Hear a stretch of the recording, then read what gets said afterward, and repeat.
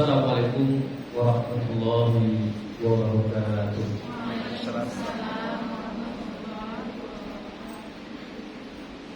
Alhamdulillahilladzi ja'ala ummatana ummatal islami khairal ummah wa ba'atha ilaina rasulan yatlu 'alaina ayatihi wa yuzakkina wa yu'allimuna al-kitaba wal hikmah. Asyhadu an la ilaha illallah wahdahu la syarika lah akmala dina wa atamma 'alaina ni'mah wa asyhadu anna Muhammadan 'abduhu wa rasuluhu al-mab'usu lil 'alamin hudan wa rahmah. Sallallahu alaihi wasallam wa ala alihi wa sahbihi Rasulillahi ajma'in. Pertama-tama itu tidak bosan-bosannya kita bersyukur kepada Allah dengan mengucapkan Alhamdulillahirabbil alamin atas segala rahmat karunia yang Allah berikan kepada kita bersama. Alhamdulillah pada siang hari ini kita diberikan kesempatan oleh Allah, diberikan kesehatan, diberikan rezeki sehingga kita dapat berkumpul bersama-sama di dalam masjid yang kita cintai. Mudah-mudahan segala ikhtiar kita, langkah dan aliran tangan kita menuju dari rumah menuju masjid ini menjadi amal ibadah. Kemudian salawat dan salam kita aturkan kepada Rasulullah Muhammad SAW beserta keluarganya, para sahabat-sahabatnya, dan sekaligus kepada seluruh pengikutnya hingga yaumul qiyamah. Bapak-bapak ibu yang kami muliakan, lebih khusus Bapak Mujiono yang ikut hadir bersama kita bersama. Baik, pada kesempatan kali ini, sebagaimana tadi yang disampaikan oleh saudara Ketua KMI tentang tema terkait dengan masalah pertemuan kali ini, bagaimana pentingnya kita menjaga akidah para generasi umat Islam, ya, dan umat Islam pada umumnya terhadap dari berbagai macam bentuk penyimpangan. Di saat ini, ya, di era keterbukaan, atau ada yang menyebutnya dengan era telekomunikasi, atau sudah katanya era 5.0. Istilahnya pun makin berubah-ubah, generasi Z dan sebagainya. Kemudian ada juga yang menyebutnya dengan sekarang ini era globalisasi. Global berarti terbuka. Seolah sepertinya hubungan antara satu negara dengan negara lain itu seperti sempit, sangat mudah kita berinteraksi. Hari ini terjadi musibah, dalam satu detiknya langsung bisa dijangkau, langsung bisa dicontoh. Itulah keterbukaan. Ada juga yang menyebutnya dengan sekarang ini adalah era kebebasan. Artinya era di saat kita sekarang itu bebas, semua orang ingin diakui keberadaannya, bebas berpendapat, bebas mengkritik, bebas. Ada juga yang menyebutnya para aktivis mahasiswa itu dikatakan, mereka menyebutnya sekarang katanya era atau zaman fitnah. Zaman fitnah. Bapak Ibu yang dimuliakan Allah, apapun istilahnya, apapun sebutannya, apapun eranya, yang terpenting saat ini adalah bagaimana sikap kita sebagai seorang muslim, sebagai seorang tokoh masyarakat, sebagai seorang ulama, sebagai seorang ustadz, sebagai seorang guru, sebagai orang tua, bersama-sama untuk menjaga, membentengi akidah umat Islam, membentengi akidah para generasi ini. Dari apa? Dari yang namanya bentuk penyimpangan-penyimpangan. Dari yang namanya bentuk paham-paham. Atau ada juga yang menyebutnya isme-isme. Atau kalau kita mau meminjam istilah Majelis Ulama Indonesia itu, MUI menyebutnya dengan istilah aliran sesat atau ajaran sempalan. Nah, terkait dengan masalah ini, sekitar 1400 tahun yang lalu, berarti 1400 tahun lalu, berarti 14 abad yang lalu, Rasulullah Muhammad SAW sudah pernah mengingatkan kita. Di 1400 tahun lalu.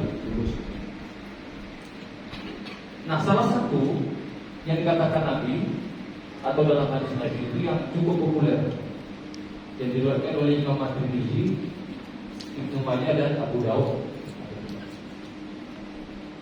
Nah, apa kata Nabi?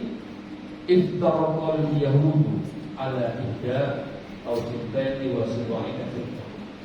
Jadi kaum Yahudi itu terpecah, terbagi menjadi 71, 72 golongan. Wa tafarraqatin nasara ala ihda aw sintaini wa sab'ina firqah. Dan kaum Nasrani itu juga terpecah menjadi 71, 72 golongan. Tapi tadi mengatakan wa tahtariqu ummati ala salasin wa sab'ina firqah. Dan umatku nanti akan terpecah menjadi 73 golongan. Lebih banyak. Kullaha finnar, semuanya itu masuk neraka. Illa wahidah, kecuali satu saja. Lalu para sahabat bertanya, penasaran dengan ini. Bertanya, siapakah golongan itu ya Rasulullah?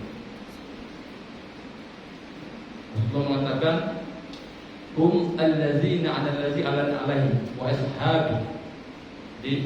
Yaitu orang-orang yang berada di jalanku dan jalan para sahabat-sahabat itu.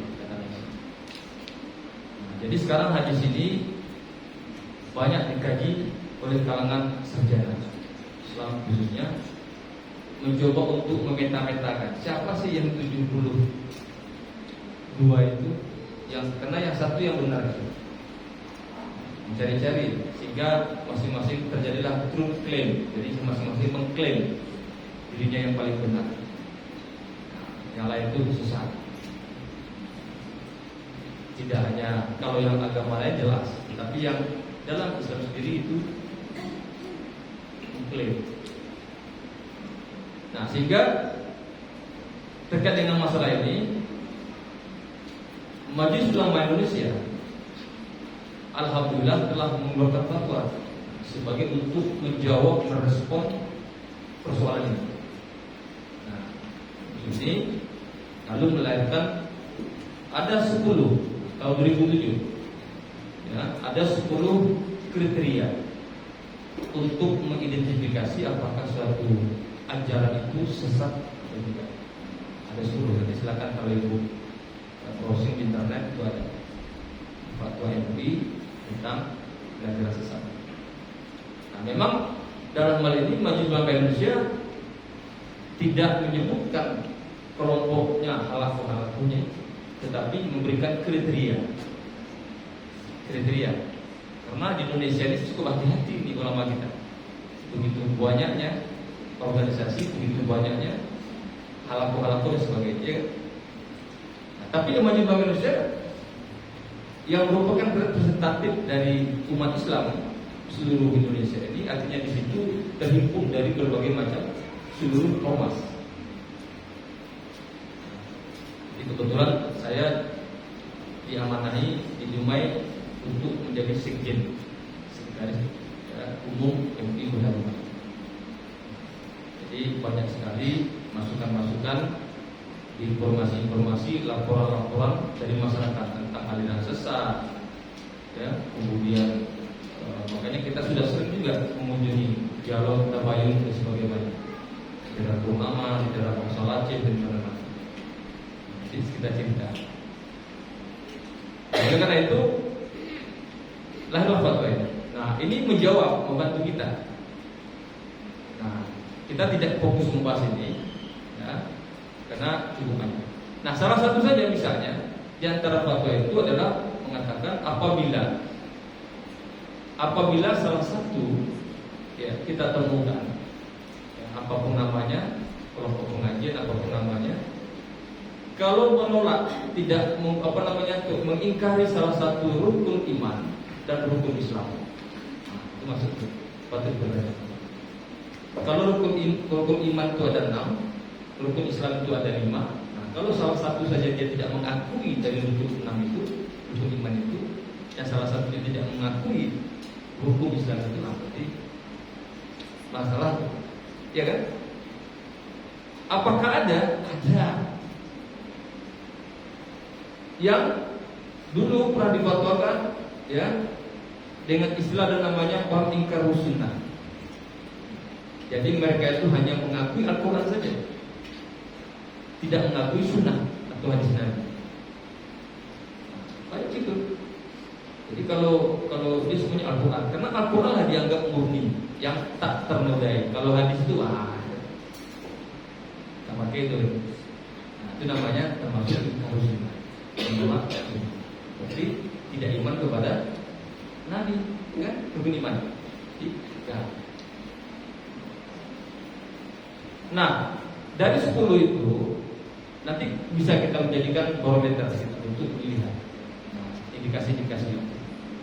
Jadi kalau ada guru atau ustadz yang mencoba menafikan di antara 5 rukun Islam dan 6 rukun Islam itu, ini bermasalah. Begitu juga sebaliknya kita bisa menjadikan alat teropong untuk melihat kelompok-kelompok atau kajian-kajian. Walaupun kemudian tidak serta-merta semuanya itu ke-10-nya mereka miliki. Nah, biasanya ada yang satu kena, mungkin poin yang kedua. Nah, contoh kedua apalagi, misalnya yaitu tidak mengakui Al-Quran dan hadis sebagai sumber ajaran Islam. Kalau ada yang hanya pakai Al-Quran saja, nah, hadis nggak dipakai, silakan dulu. Kemudian juga ada, ya, yang terakhir itu yang paling banyak dimungkin. Apa itu? Gampangnya atau menuduh atau mengkafirkan sesama muslim tanpa alasan syar'i. Jadi kalau ada menuduh Islam, sesama Islam kafir, gitu kan? Tanpa alasan yang syar'i, alasannya jelas. Asal tuduh saja bisa, tidak boleh. Nah, jadi itu di antara. Nah, jadi alhamdulillah ada fatwa itu. Nah, terkait dengan masalah ini, yang saat ini yang perlu kita identifikasi, yang sangat berkembang, berdasarkan juga kajian-kajian dari ulama-ulama kita, tokoh-tokoh kita di Muhammadiyah, ada tiga yang patut kita waspadai saat ini. Ya, apa itu? Yang pertama, kita harus membentengi anak kita, generasi kita, anak didik kita, keluarga kita, masyarakat kita, yaitu yang namanya sekarang pembunuhan. Pembunuhan sekarang berkembang. Bukan. Ya, saya juga lihat tadi postingan kita di grup kita sekarang di Injil. Di Injil sekarang itu besar-besaran pembunuhan. Dan di daerah Riau juga masih banyak daerah-daerah yang belum nyampe membalik pusat kita, daerah-daerah tinggi.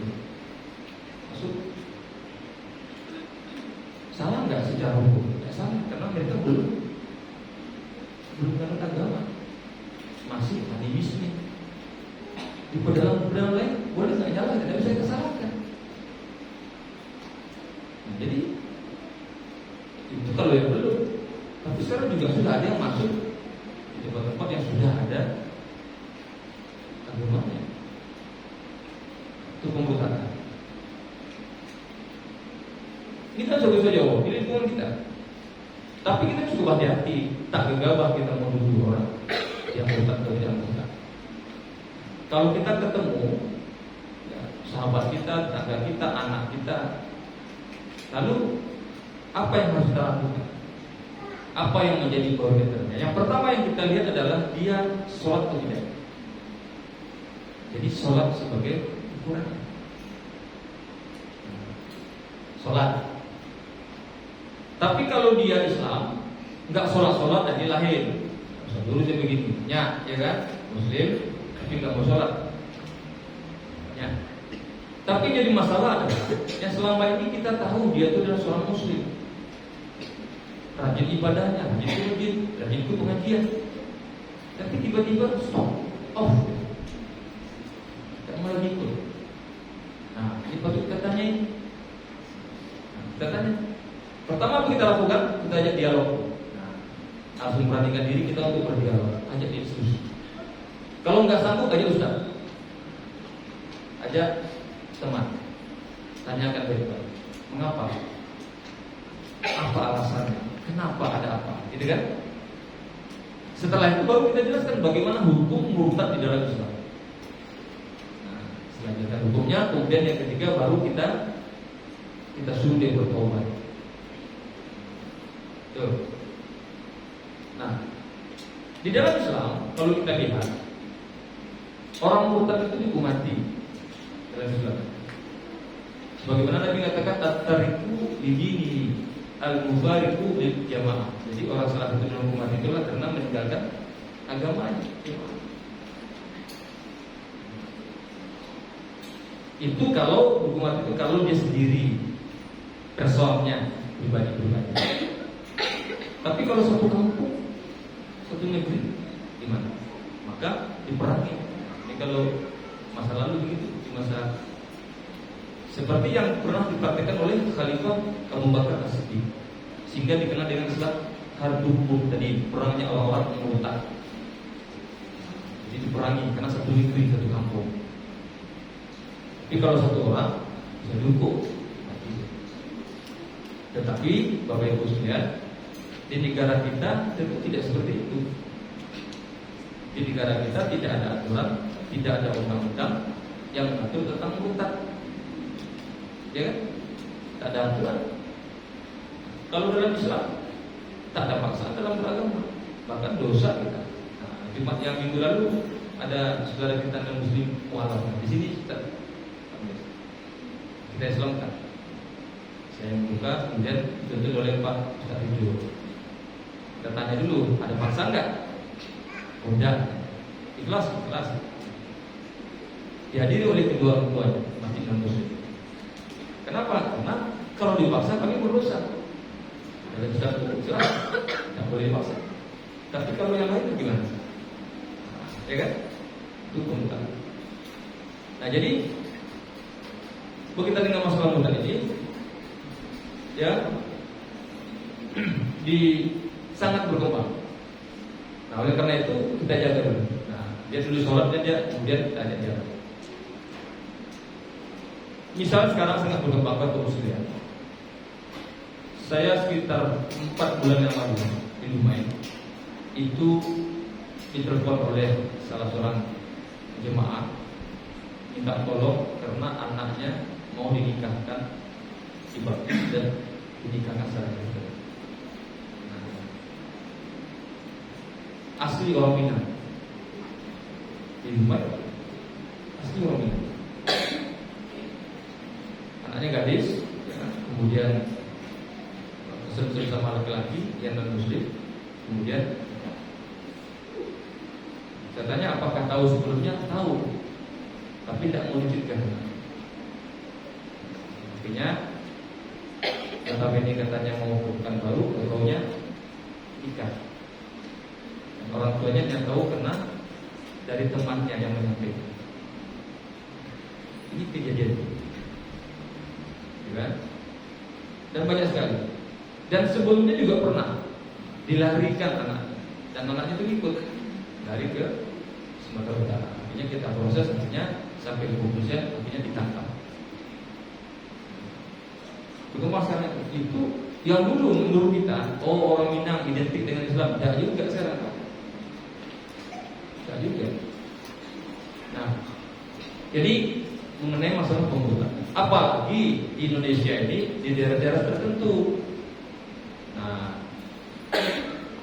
pengalaman saya, Bapak Ibu sekalian, saya dulu 13 tahun di Jogja itu selalu menghadapi tinggal di masjid. Sama saya tinggal di masjid karena di situ ada satu tradisi. Jadi seolah kalau kita takmir masjid itu tempat aduan. Kalau ada warga ingin nikah, perginya ke takmir masjid. Kalau ada kematian, perginya ke takmir masjid. Kalau ada sesuatu yang lain, perginya ke masjid. Tapi diuntungkan, jadi tahu kita. Ya, saya selalu menemukan laporan. Maka dalam satu keluarga itu beda agama itu biasa. Kalau di Jawa khususnya di Jawa Tengah, biasa. Waktu gunung berapi, Bapak Ibu sekalian, itu ada namanya di daerah Magelang. Itu namanya Desa Gempur. Ada orang Jogja sini? Ada kok? Ya. Nah, Desa Gempur di Magelang itu ketika gunung berapi kemarin itu semuanya habis satu kampung. Nah, semuanya rusak, semua ternaknya mati, ya kan? Nah, lalu ya umat Islam itu bantu. Nah, kalau kita umat Islam kan bantu. Nah, apalagi keluarga Muhammadiyah ketika itu, jadi saling gitu. Jadi Muhammadiyah, Muhammadiyah langsung beraction, kan? Bantu. Ya. Tapi, nah itu juga kadang-kadang kita ini masyarakat kita pada umumnya membantunya ketika musibah itu datang, rame-rame semangat. Tapi ketika pasca musibah kita lupa. Kita lupa dari pasca musibah. Iya enggak? Kalau ada musibah nasional, kita ketika awal-awal kita semangat gitu.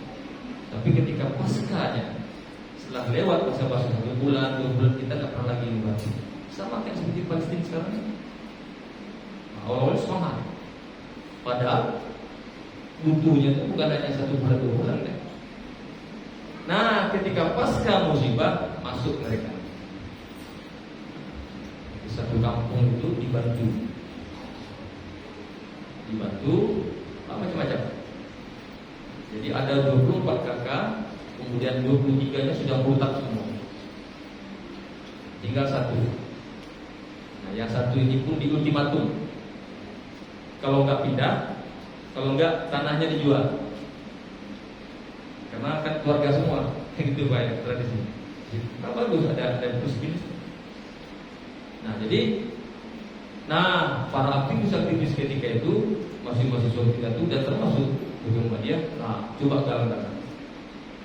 Nah, ketika sudah terhimpun, kemudian ketika mau diserahkan udah nggak ada orangnya, sudah diusir, sudah dijual ke tanahnya. Nah, di daerah Wonosobo itu ada satu keluarga yang sudah mewakafkan tanahnya ke PP Muhammadiyah, ingin untuk buka sekolah Islam. Nah, tapi karena anaknya itu dalam keluarganya itu ada campur, anaknya itu kerja di salah satu rumah sakit non-muslim, dia bujuk orang tua, akhirnya ditariknya kembali, tak jadi dua kali, utang semua. Jadi banyak sekali. Ada juga keluarga itu, ya, yang terakhir itu yang saya tragis sekali bu, sedih saya. Kenapa sedih? Suatu ketika dihubungin, ada satu keluarga ibu-ibu, dia sudah sakit keras, dikatakan mati dan juga hidup dan juga sudah. Dia kebetulan punya anaknya cukup banyak, anaknya sukses semua, anaknya semuanya jadi dokter. Dokternya tamatan luar negeri, spesialis. Nah, ibunya muslim, anaknya non muslim, murtad semua. Nah, ibunya ini sakit, dirawat oleh anak-anaknya, ya kan? Semuanya kan anaknya dokter, diinfus, semuanya di kamarnya itu kami masuk, itu semuanya lengkap alat medis, lengkap. Tapi ibu tidak meninggal ibunya. Nah, di situ kita dapat laporan oleh karena ada anak ibu itu yang istrinya muslim. Nah, dia menyampaikan ke kita, melaporkan tolong minta bantu. anak ibu berduanya itu pusing. Lalu kita ke sana, kita kaget, ya, jadi ruangan itu sudah penuh dengan gaya-gaya ini semacam tiap pagi dibaptis, tiap pagi dinyanyi. Itu yang terjadi. Nah, akhirnya kita negosiasi, kita katakan ini bukan lagi urusan keluarga. Ketika kita tanya kenapa, dia katakan karena tak ada yang membantu. Terpaksa kami urus dengan cara kami. Nah, akhirnya kita bilang, tidak usah, ini sekarang urusan tanggung jawab kita. Akhirnya kita suruh pindah ke rumah sakit. Kemudian malamnya ada doa, besok paginya meninggal itu. Padahal sudah berbulan-bulan di rumah di kamarnya itu tidak meninggal itu. Jadi ketika dipindahkan masuk ke rumah sakit setelah itu, kemudian baru besok paginya meninggal. Banyak Pak. Nah itu, nah sekarang begitu juga di daerah lain. Di daerah Indramayu itu satu kampung rutak semua. Di Indramayu satu kampung rutak semua. Ya kan? Nah, begitu juga dengan daerah ini juga ada. Waktu di Dumai ada pertemuan itu ada 5 ketika itu kasus yang diadukan. Saya tahu, tapi semuanya nggak diproses. Hanya ketika itu kita sampaikan ke proses ketika itu kok bisa dibebaskan. Ya itulah yang terjadi Pak. Jadi tak ada. Nah tapi tidak semua di negara kita ini, di daerah kita ini sama. Ada juga di daerah-daerah itu yang tak bisa. Nah, kebutuhan yaitu seperti misalnya di Sumatera Barat. Kita di Riau, Melayu ini agak sedikit. Sumatera Barat, di Madura agak banyak. Tak bisa. Tapi sekarang sudah berkembang. Nah, kalau di Sumatera Barat itu tidak bisa, ada muka di situ. Karena ada hukum adatnya. Kalau orang Minang itu adat bisa nikah syarat bisa nikah, di kampung tidak bisa, agak ketat, tidak bisa masuk. Nah, makanya tidak boleh simbol-simbol adat kalau di Minang itu dipadukan dengan rumah agama lain, tidak boleh. Nah, dilarang. Jadi kalau ada yang rutak di Sumatera Barat itu, dia dibuang secara adat. Dibuang secara adat, tidak boleh diusir. Gimana caranya dibuang secara adat? Nah, kalau dia punya hajatan yang mengundang kita tak boleh datang. Kamera kompak datang. Atau kalau kita punya hajatan, dia tak boleh diundang. Jadi lama-lama dia nggak betah, akhirnya dia pindah sendiri. Nah, itu namanya dibuang secara adat, tak boleh diusir. Ya. Nah, tapi ini di Sumatera Barat, tapi tak berlaku di daerah lain seperti Jakarta. Jakarta itu lagi tren sekarang ada namanya asosiasi wadah, ada namanya perkumpulan ya orang ya Nasrani Minang. Jadi orang Minang, Minang semuanya bisa. Jadi masuk orang Minang asli. Ada namanya kalau saya dibrowsing nanti ada namanya yang Wardikoto itu tokohnya. Itu kalau berubah itu pakai baju batu, baju Minang. Karena ada pakai peci. Kalau ibunya nanti pakai baju Minang itu warna merah. Gitu. Nah makanya ketika itu ingat ya Profesor Yunanidas sebagai wakil ketua MUI Pusat dan asli orang Padang dan kebetulan dia adalah ketua PP Muhammadiyah mencoba menggugat, lapor juga. Ternyata bisa nggak ditutup. Kenapa? Ini penghinaan terhadap adat Minang. Karena orang Minang itu adatnya berdasarkan syarat kita pun nggak boleh. Tapi tidak ada hukumnya, nggak ada pasal, nggak ada undang-undang yang mengatur. Nah, nggak bisa. Jadi tidak berlaku. Makanya sekarang Indonesia itu dikatakan ya masuk surganya hutan. Makanya kalau artis kalau hutan ya Jakarta atau lebih belum gitu. Nah, apalagi ya berapa nih? Belum ya? Masih ada kan? Oke, kita percepat ya. Jadi itu, yang pertama adalah pembutaan. Nah, Bapak sekalian. Nah, yang kedua, yang patut kita jaga, ya, akidah generasi kita, anak didik kita. Sekarang ini ada, ya, yang populer, ya, yang disebut dengan liberalisme agama. Nah, dengar Bu ya. Ini kan orang-orang sekolah nih, mahasiswa, liberalisme agama. Ya. Apa ini liberalisme agama ini? Ini ada 3 modelnya Bu. Ini patut kita pahami nih pelajaran. Yang pertama itu disebut dengan istilah sinkretisisme agama. Sinkretis. Sinkretis itu artinya ya dia Islam, sholat rajin 5 masjid, ya 5 waktu ke masjid, puasa, ya taat ya. Tetapi agama lain, ajaran agamanya juga dilaksanakan juga. Toleransi ya. Ajaran agamanya dilaksanakan juga. Terutama terkait dengan masalah animisme dan dinamisme. Ke dukun rajin juga, sholatnya rajin, tapi juga rajin ke dukun. Ya, dibanding ke dokter, dia masih percaya dukun. Ini namanya sinkretisisme. Biasanya berbau animisme dan dinamisme. Ini merusak akidah. Banyak di era kita sekarang ini. Ini Bapak Ibu dan contoh nih. Saya tanya dulu, ya.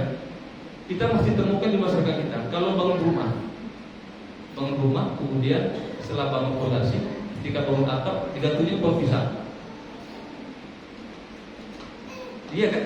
Digantung pohon pisang atau ayam kita nanti disembelih, darahnya sekeliling. Orang Jawa. Tidak di Jawa, Pak. Semuanya ada juga, orang Minang ada juga, banyak. Pertanyaannya, apa hubungannya Bu dengan konstruksi bangunan? Nah, ya, apa hubungannya? Itu bentuk sinkretisisme. Lift. Kalau kita pergi ke hotel bintang A, tanya ibu, pernah nggak masuk hotel bintang 5? Atau bintang 3, bintang 4, bintang baru, bintang 5, bintang baru? Ada ya? Jawab berapa banyak? Itu kalau kita naik lift, angka 1, 2, 3, 5. Tidak ada 4-nya. Ditanya, ini kenapa kok nggak ada nomor 4 nih? Itu angka sial Pak. Apa hubungannya orang pemilik hotel yang rasional, ya, hubungannya dengan angka sial? Mesti kan? Apa hubungannya? Bangun jembatan, katanya saya juga punya teman anak arsitek itu katanya Pak. Bangun jembatan, negara pun bangun jembatan. Kalau bangun laut dalam tol laut itu masih potong kerbau Pak, sebagai tumbal katanya. Ya kan? Coba, apa hubungannya dengan konstruksi bangunan? Apa kurangnya insinyur itu? Para ahli-ahli insinyur, arsitek yang rasional itu. Nah, apa hubungannya? Makanya saya katakan, sekarang ini di dunia, terutama kita yang kalangan orang terdidik, orang pendidikan, sekarang ada 3 pola pikir kita, Bu. Kalau kita rangkum, ada 3 cara kita berpikir untuk mencari kebenaran. Di 3 satu. Yang satu, pertama itu ada disebut dengan istilah positivistik. Positivistik itu artinya kebenaran dengan cara metode ilmiah. Nah, ini kan umumnya ilmu pengetahuan, ya kan? Ilmiah. Ilmiah itu apa? Ya ilmiah, ibu tahu ya. Ilmiah itu kan mesti objeknya harus jelas, ya kan? Yang kedua dia harus sistematis. Yang ketiga dia harus punya metode. Yang ketiga, yang keempat dia harus universal. Itu ilmiah, ya kan? Tapi pertanyaannya, apakah cara berpikir seperti ini menyelesaikan tak masalah kita semua? Tidak bisa. Buntu juga. Kemarin COVID ini menjadi tantangan tersendiri bagi para dokter. Ternyata tidak bisa apa-apa juga dokter, ya kan? Dokter banyak yang korban, perawat banyak yang korban. Itu bukti kelemahan kita. Ketika gunung berapi, bingung kita. Tak berhenti-berhenti, belum pernah sejarahnya sampai 3 bulan tak putus gunung berapi, ya kan? Sehingga orang-orang Jepang itu datang ke Jogja itu meneliti para insinyur-insinyurnya. Kok bisa begini nih? Nah, jadi penelitian bagi mereka. Itu buntu. Ilmu-ilmu para insinyur itu buntu mereka. Wah, ini ilmu lagi, mereka kaji lagi. Tapi tidak ada masalah, positivistik. Ya kan? Nah yang kedua, ada cara berpikir mencari kebenaran, yaitu koneksitas di antara akal dengan mitos. Dia mencoba mengkoneksikan, menghubungkan antara mitos dengan akal. Nah itu tadi yang saya katakan tadi. Sekolah tinggi-tinggi, insinyur, tapi mistiknya masih main. Bangun jembatan, bangun rumah, masih pakai potong ayam hitam, masih panggil dukun. Nah itu namanya sinkretisme. Nah ini mencoba berpikirnya mengkoneksikan antara akal dengan mitos. Ada tidak sekarang di era modern ini? Banyak. Nah yang ketiga, ada yang kerangka berpikirnya untuk mencari kebenaran itu, dia mencoba mengintegrasikan antara akal dengan wahyu. Nah yang ketiga inilah yang perlu kita budayakan. Kita mencoba mengintegrasikan antara akal dengan wahyu. Akal di sini memang hebat. Akal itu ya cerdas. Akal itu tak pernah berbohong, tetapi akal itu terbatas. Akal itu terbatas. Contoh nih kita bisa buktikan. Mati, semuanya kita akan mati. Yakin kan? Yakin. Setelah dikubur, ada enggak hari hidup setelah mati itu? Ada enggak dibangkitkan kembali setelah kematian? Bisa enggak ilmu pengetahuan mengungkap misteri itu? Ada. Yang tadi poin pertama, positivistik tadi, cara berpikir ilmiah. Ada enggak mengungkap bagaimana hidup setelah mati nanti? Bagaimana hidup dalam kubur itu kayak apa? Tahu enggak? Saintis. Montok di situ. Tapi karena kita mengkoneksikan, mengintegrasikan dengan wahyu, maka wahyu menginformasikan kepada kita. Ada loh namanya hari kebangkitan, ya kan? Ada loh namanya malaikat itu, berarti itu ada apa? Malaikat jemput nyawa ada, malaikat menanya kubur itu ada. Nanti ada hari kebangkitan, ada hari pertimbangan. Dari mana informasi itu kita dapat? Yaitu dari wahyu. Bukan mistik, tapi wahyu. Nah, jadi yang cara ketiga inilah yang perlu kita tanamkan cara berpikir di generasi kita. Jadi jangan ini mimpi ketemu ya begini, wah berarti inilah yang benar. Langsung dia jadi buta. Ada ketemu begitu. Mau tanya dulu sama ustaz,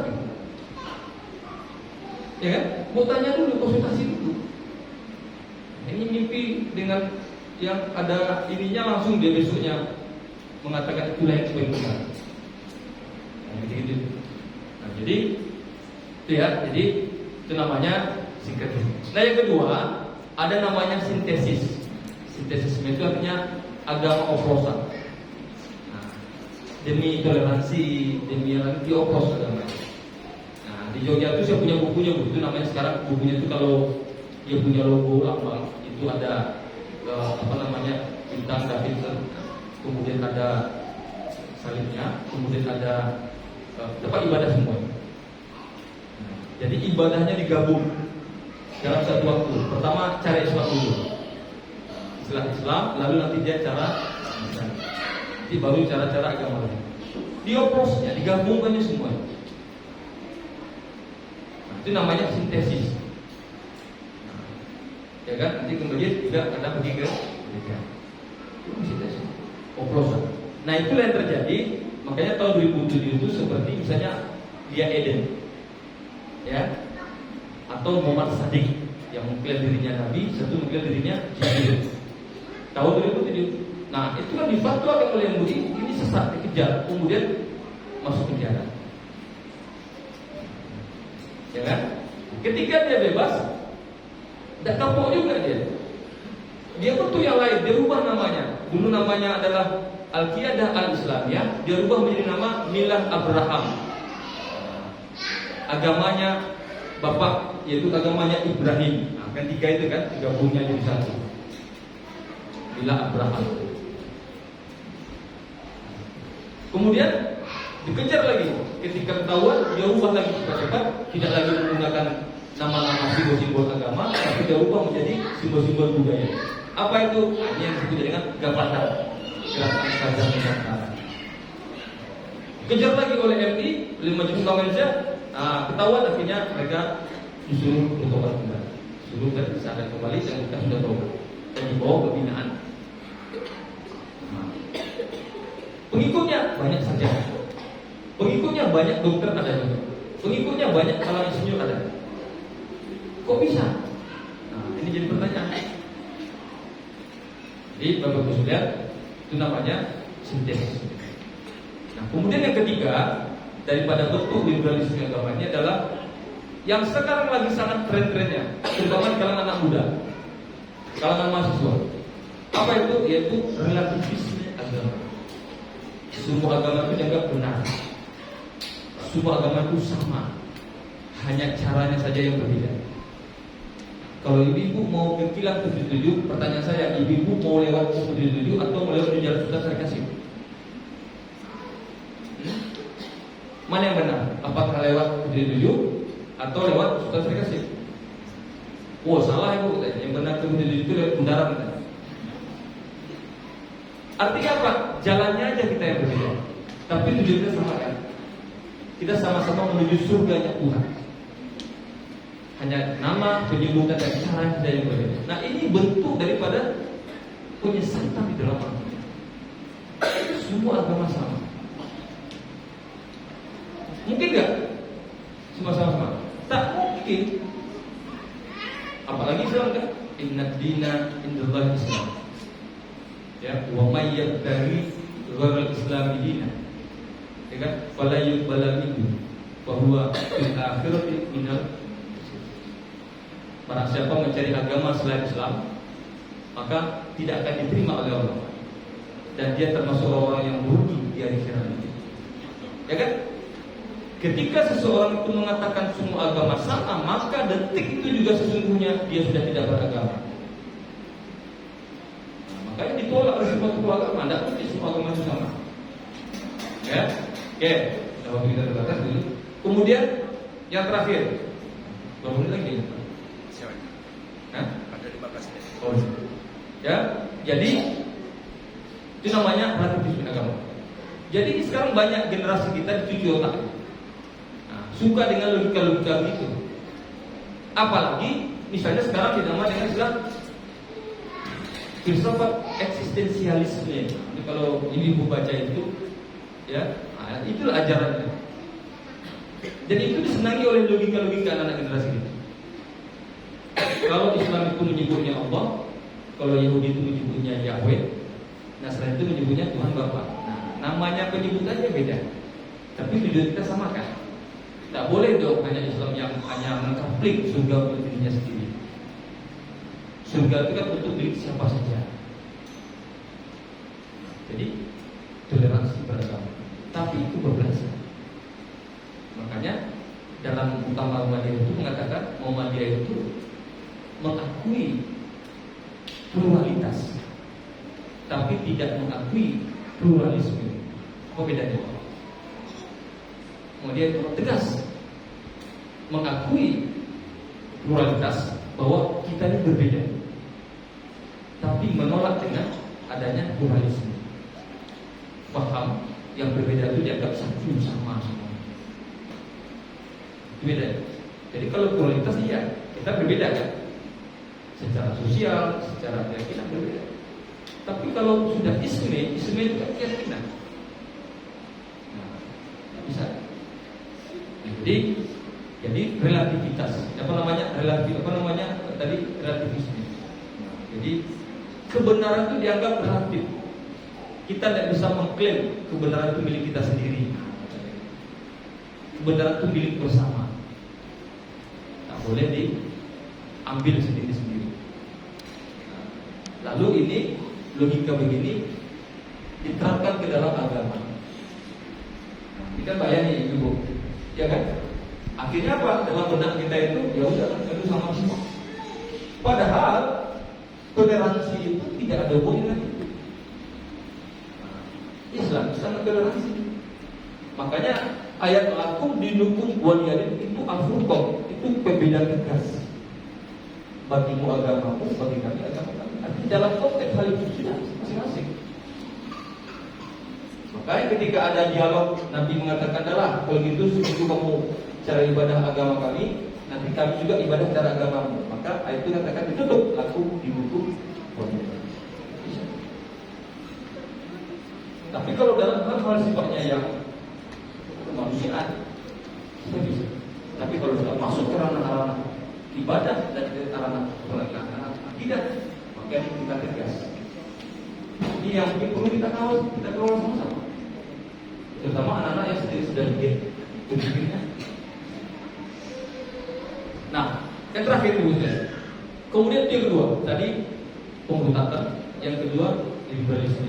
Nah, yang ketiga yang patut kita jaga adalah sekarang yang untuk anak kita. Apa itu? Yaitu pendangkalan. Sekarang kita mengejar akademiknya, tanpa kita sadar sekarang dangkal pemahaman agama anak kita itu dangkal. Sekolahnya tinggi, saintisnya bagus, tapi agamanya gimana? Dangkal. Sekolahnya tinggi, tapi durhaka pada guru, tak menghormati guru, tak menghormati orang tua. Kita hanya bicara. Nah, makanya kita hanya mengejar akademik, tapi pemahaman kita dangkal. Bagaimana ibadahnya? Sholatnya bagaimana? Bagaimana pemahaman agamanya? Ah, ini sekarang dibuat skenario dan bisa sekarang sudah mengarah ke sistematis. Bisa melalui lembaga pendidikan, bisa melalui media, alat-alat teknologi.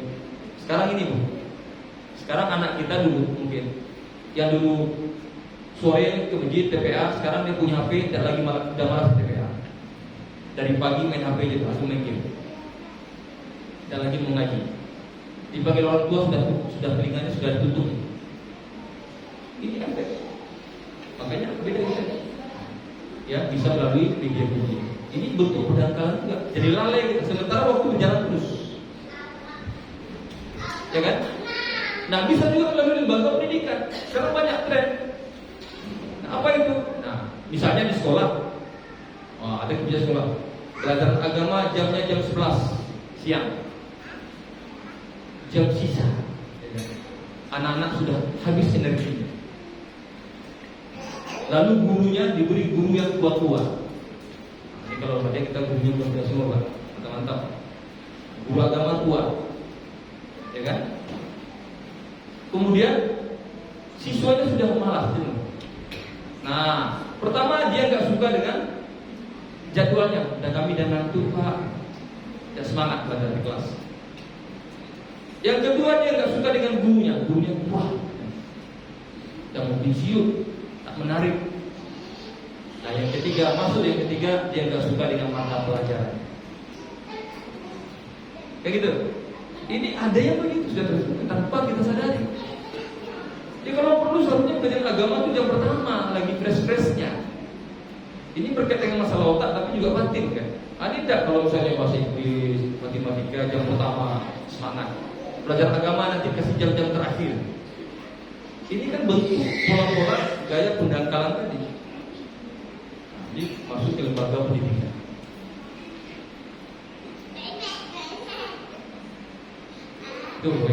Nah, jadi ini bentuk pendangkalan agama. Maka oleh karena itu kita sebenarnya peluang. Makanya sekarang bagi umat Islam itu orang tua selektiflah mencari pendidikan sekolah anak agama. Seleksi betul. Nah, maka dalam hal ini, ya, untuk saat ini, mudah-mudahan terus Muhammadiyah itu sih percaya, karena dianggap ya mencoba mengintegrasikan antara akal dan kehidupan, antara intak dan integritas, ya kan? Ada umumnya, kemudian ada tinggal kita bagaimana mungkin sekolah-sekolah kita yang berbasis Muhammadiyah, ya, tidak hanya mengejar hanya mutu secara akademik, tetapi bagaimana keberagaman. Karena orientasinya tadi itu kita ingin mencetak kader-kader kita tuh yang mencoba berpikirnya. Dia konsep itu kalau mencari kebenaran itu dia mesti harus menghubungkan antara akalnya dengan wahyu. Jangan lari ke akal dengan mitos gitu. Nah, ini akal lari ke mitos. Atau hanya murni tok ilmu pengetahuan ilmiah lalu mengabaikan agama. Nah, itu yang terjadi di barat. Di barat itu tidak perlu agama. Jadi semuanya sains. Jadi logika-logika yang dibangun atas dasar ya akal tadi, lalu mengabaikan nilai-nilai agama atau nilai-nilai spiritualisme. Mereka tidak butuh itu, maka itu disebut dengan sekulerisme, kan? Atau mereka ateis. Bagi mereka yang penting ya hidup ini real, nyata. Bahkan ada satu buku itu ya mengatakan ya kalau ada baca buku-bukunya Nietzsche itu mengatakan Tuhan telah mati. Nah, ini bahaya buku-buku ini. Tuhan telah gagal mengayomi umat. Nah, ya kan? Bahkan ada kalau ada Smith itu kalau baca bukunya Bapak Ekonomi katanya mengatakan ya agama itu mengganggu kreativitas manusia. Nah, ketemu nggak konsep itu? Tidak ya, justru sejalan. Justru harus agama. Nah, dia katakan agama itu mengganggu kreativitas. Apa-apa tidak boleh. Di bisnis sedikit haram, ya kan? Apa-apa tidak boleh. Gitu. Jadi dianggapnya mengganggu kreativitas. Maka kalau ingin maju, lepaskan diri dari agama. Nah, pelajaran agama di beberapa perguruan tinggi pun mulai diwajibkan atau dihapus. Mulai juga dulu dihapus. Dulu saya ingat dulu ada 2 SKS, agama 1, agama 2. Sekarang cuma 1 saja. Bahkan itu pun terancam akan ingin digeser, akan dihilangkan. Nah, gimana itu? Ya sudah bentuk. Makanya para ulama dalam ini, terutama ya tokoh-tokoh dari Nahdien, dari Muhammadiyah sangat betul pertama jangan sampai terhapus pendidikan agama di Indonesia. Jadi Bapak Ibu sekalian, mungkin itu saja karena waktu kita yang terbatas. Tidak ada pertanyaan ya, Pak? Cukup ya karena waktu kita. Mungkin itu saja untuk sebagai pembukaan atau sebagai pengantar pertama ini. Mudah-mudahan ada manfaatnya buat kita semua dan khususnya bagi saya sendiri. Saya tutup dengan mengucapkan wabillahi taufiq wal hidayah. Wassalamualaikum warahmatullahi wabarakatuh.